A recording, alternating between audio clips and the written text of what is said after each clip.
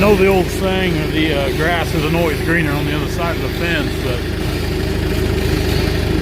oh, a lot of walnut over there. Looks pretty green to me. I'm happy to be where we're at, though.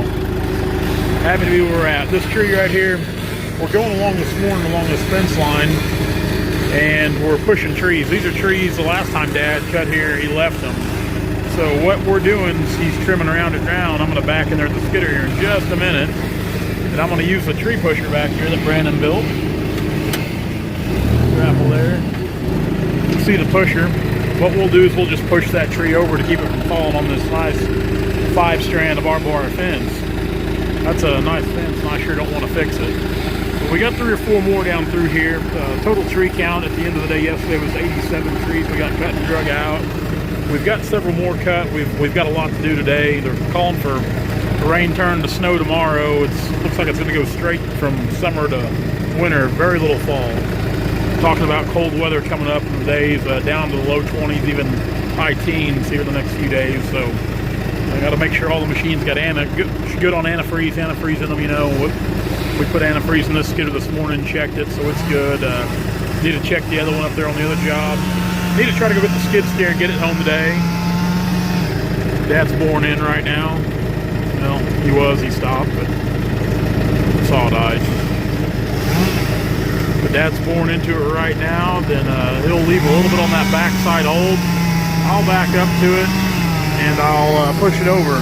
Now I grabbed my bipod this morning, and the thing that holds my phone on, it must have fell off. So when I take these trees back over there here in a bit to the log pile, I'll reach in there and I'll grab that piece where I can put my phone on the tripod there, and we can do some better filming.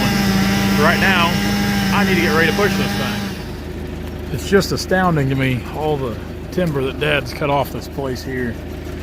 We've been here kind of on the north side along this little creek here. Of course, you can kind of see up there's a ridge, but right down here there's kind of a low bottom. This old dirt's just as black, as loose as can be. Of course, he knocked down a couple right here. I'm getting ready to...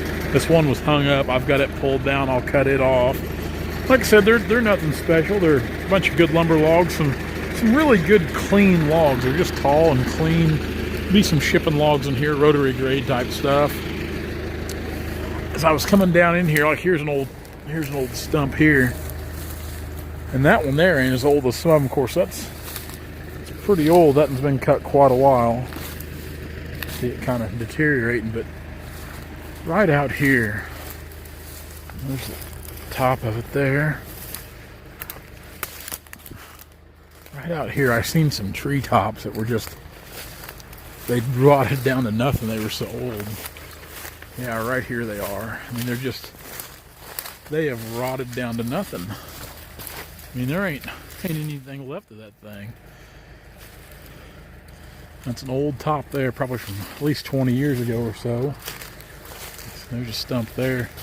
And even then, there's some good trees growing in here for future harvest. There's another good one right there. I mean, they're small now, but these little periodic thinnings like this, in this type of ground, type of conditions, these trees really put on a lot of growth in a short amount of time. Now we'll probably never cut any great big veneer out of here like Dad did the first couple times he cut it, but that's to be expected, you know, after you do harvest like this. It's amazing still, just the amount of trees he's cut off here. We were guessing the other day, probably well over 1,000 trees off this piece of property here, and the harvest he's done over his lifetime. And if all goes right, it stays in the family. Hopefully I'll be harvesting this for years to come like Dad has. See, like this here, you know, he cut these 2 trees here, but that one there right here on the creek bank, it's growing good, and one day it'll be something. See all those tops on the other side, same thing. It's good forest management. Dad's always been good at managing timber, and that's where I learned really everything about forest management from Dad. He's always been good at it. I'm gonna grab the saw. I'm gonna get this guy bucked, drag him out. We're gonna head to the deck with some. We finished up the walnut on this side of the road here. We're gonna go back by the home place. Dad said there's about 20 or so walnut up there. We're gonna go cut. think the final tree count up in here was like 105 this time. That's pretty impressive. I didn't think there'd be anywhere near that.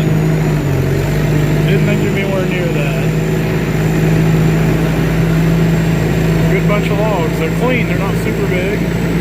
Most of them are anywhere from 12 to, I think 16 is probably the biggest.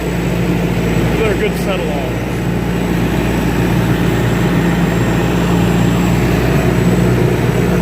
Now we're going to cut some oak and pallet stuff too on this side of the road. But we're going to go up by the house and get the walnut up there, kind of finish cutting the walnut. That way we can go ahead and move these things and get rid of them. And then we'll worry about the oak after that. So, Dad's already went on.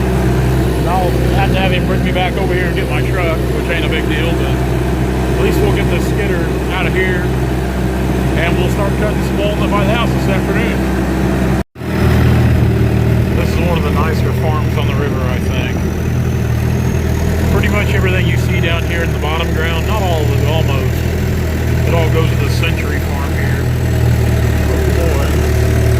Hopefully we can miss that. There we go. Too busy enjoying the view. Beautiful place. Beautiful, beautiful, beautiful place here.